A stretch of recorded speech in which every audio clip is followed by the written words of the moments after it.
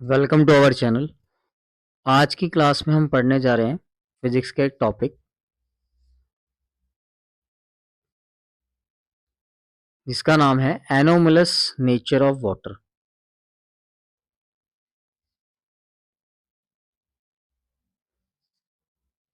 चलिए स्टार्ट करते हैं।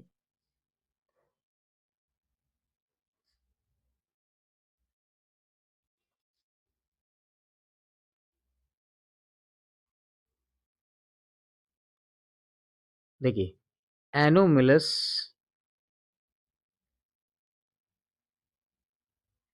Nature of water.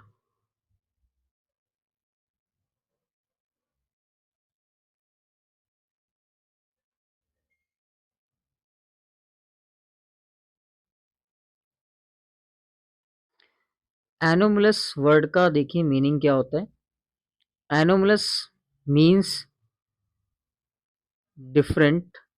जब कोई चीज डिफरेंट है फ्रॉम इट्स नॉर्मल और एक्सपेक्टेड नेचर से।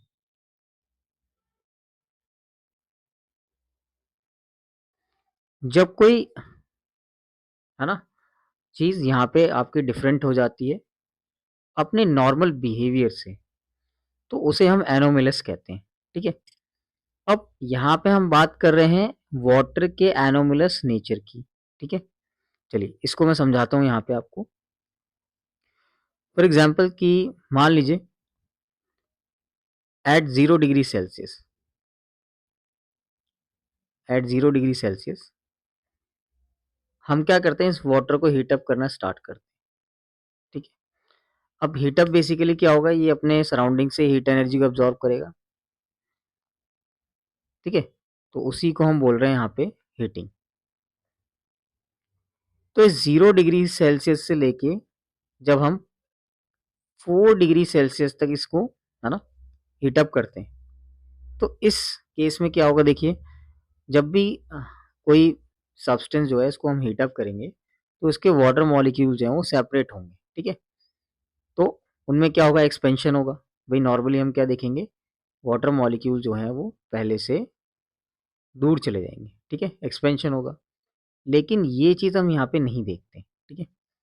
यही इसका एक एनोमलस नेचर होता है कि हम यहाँ पे बात करते हैं कि एक्सपेंशन की बजाय यहाँ पे होता है कॉन्ट्रैक्शन। कॉन्ट्रैक्शन होता है। ठीक है। अगर कॉन्ट्रैक्शन होता है तो देखिए हम कह सकते हैं कि यहाँ पर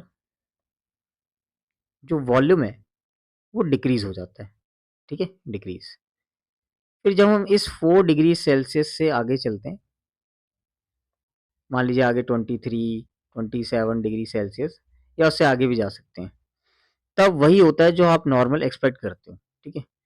अगेन हम यहाँ पे हीटिंग कर रहे हैं, है ना, हीटिंग करते हैं और इन दैट रेंज है ना, ये जो 4 डिग्री सेल्सियस से लेके 27 डिग्री सेल्सियस तक है, इसमें हम क्या देखते हैं कि ये एक्सपेंड ही होता है। ठीक है, एक्सपेंशन ही होगा और इसका ये जो वॉल्यूम है ना, ये इंक्रीज होता है।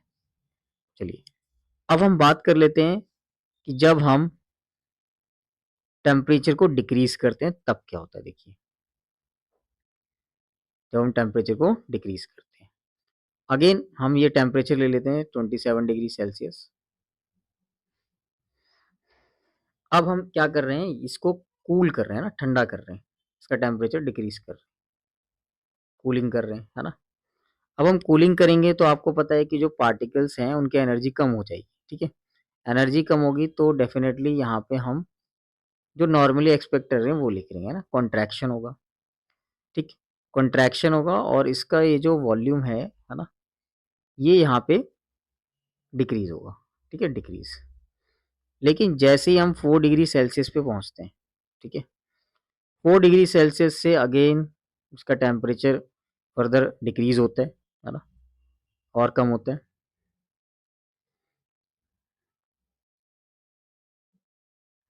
ना। देखिए तो हम क्या देखते हैं, ये कूलिंग अभी भी हो रही है ना, कूलिंग। अब जब हम इसको कूल कर रहे हैं तो अभी आपने देखा कॉन्ट्रैक्शन हो रहा था ना, कॉन्ट्रैक्शन। लेकिन इस रेंज में जैसे ही हम आते हैं तो आप क्या देखते हैं, यहाँ पे एक्सपेंशन हो रहा है ना, देखिए एक्सपेंशन, ठीक है। एक्सपेंशन होता है तो हम कह सकते हैं इसका वॉल्यूम जो है ये यहाँ पे इंक्रीज होगा, ठीक है। अब इतने से फिगर में हमने देखिए क्या समझा कि ये जो रेंज है ना, एक बार मैं इसको हाईलाइट कर देता हूँ, देखिए, देखिए ना, मैं इसको एक बार हाईलाइट कर देता हूँ। ये जो रेंज आप देख रहे हैं, है ना, यहाँ से लेके यहाँ तक ये जो रेंज है, ये इसका एनोमलस नेचर कहलाता है ना। और आपको मैं मान लो ये दिखाता हूँ यहाँ पे, ठीक है, इसको मैं अलग से शो कर देता हूँ। देखिए ये जो इसका नेचर है ना, ये वाला, ठीक, ये इसका नॉर्मल बिहेवियर कहलाता है ना। तो मैं इसको यहाँ पे लिख देता हूँ, ये कहलाता है इसका नॉर्मल बिहेवियर। देखिए ये तो आपको पता ही था, है ना। और हमें जो आज पढ़ने को मिला है इसमें, देखिए कि ये कहलाता है इसका एनोमेलस नेचर कहलाता है, ठीक है। ये एनोमेलस नेचर कहलाता है। चलिए, इतना आपको आई थिंक समझ में आ गया होगा।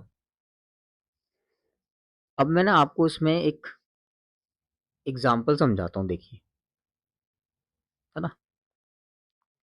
अब एग्जाम्पल क्या है, देखिए इसका, है ना, हम डेली लाइफ में इसको कहाँ देखते हैं। तो मान लीजिए कोल्ड कंट्रीज में, है ना, इन कोल्ड कंट्रीज,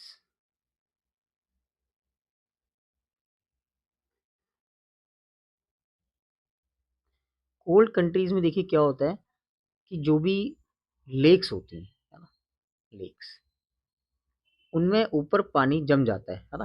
देखिए मैं इसको ना एक फिगर में समझाता हूँ आपको। ये मान लीजिए लेक का अपर सरफेस है, ठीक है, और ये है इसका बॉटम, है ना। ये देखिए मैं यहाँ पे इसको दिखा रहा हूँ, ये इसका बॉटम मान लीजिए, ठीक है। और ये यहाँ पे कुछ, है ना,